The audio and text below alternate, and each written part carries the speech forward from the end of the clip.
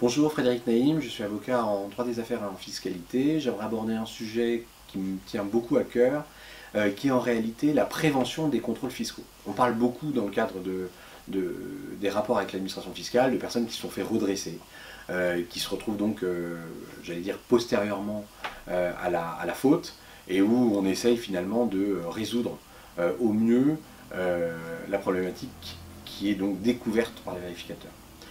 Aujourd'hui, de plus en plus souvent, on est dans une dynamique de rapport avec les pouvoirs publics où la volonté est affichée de permettre la régularisation.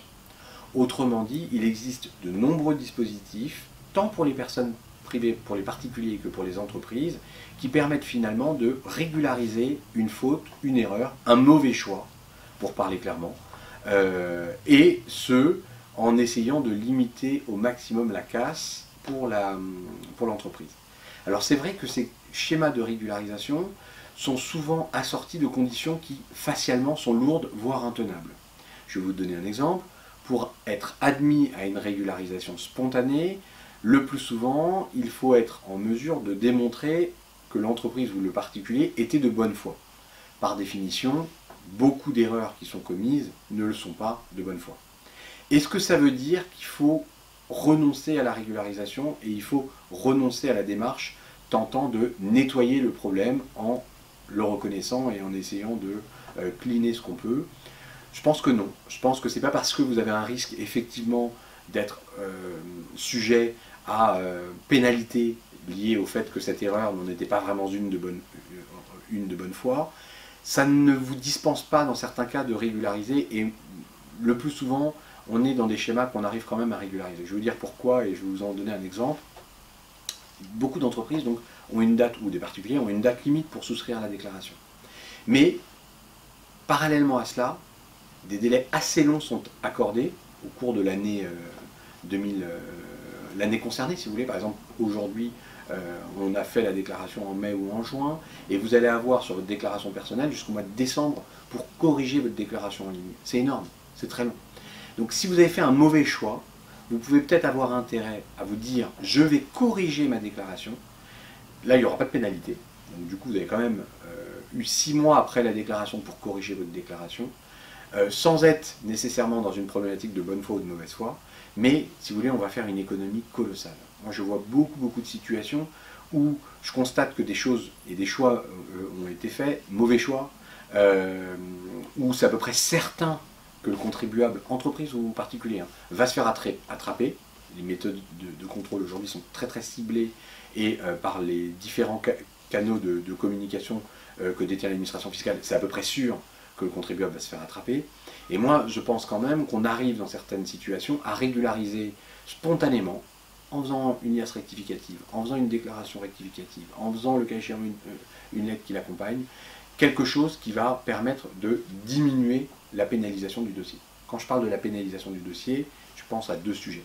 Je pense surtout aux pénalités. Parce que dans un cas, vous allez avoir des pénalités de 40 ou 80%, dans l'autre, vous pourrez essayer d'aller chercher les pénalités à 10.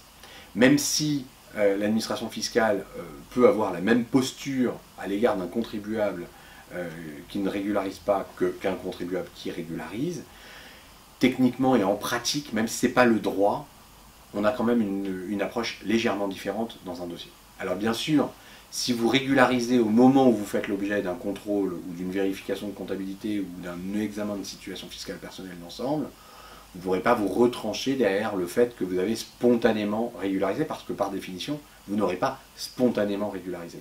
Mais si à un moment donné, ce choix que vous avez fait, il est trop lourd, et il est, j'allais dire, il vous cause un préjudice au niveau de votre entreprise, pour les choix de gestion de votre entreprise, alors ça peut être valable, si vous voulez, de se dire, non, on va essayer de mettre un terme à cette situation de risque, et on va cleaner la situation en, j'allais dire, cantonnant le problème, en régularisant et en choisissant, si vous voulez, de mieux repartir sur l'entreprise.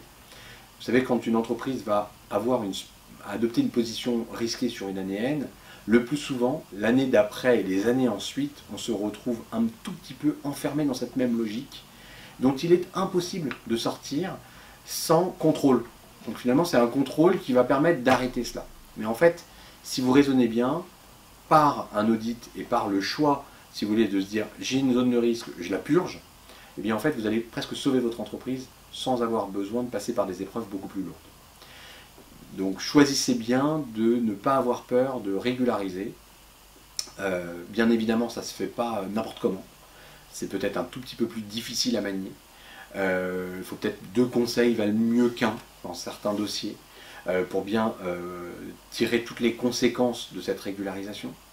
Quand on choisit de régulariser, il faut accepter de faire une régularisation large et pas choisir de cantonner la régularisation à un seul sujet si on en a 2 ou 3 qui sont problématiques. Mais si vous voulez, c'est souvent la bonne stratégie pour essayer de sauver l'entreprise lorsqu'elle est sauvable. J'espère que cette information vous sera utile et je suis à votre disposition pour vous aider si vous avez besoin d'aide. Merci à vous.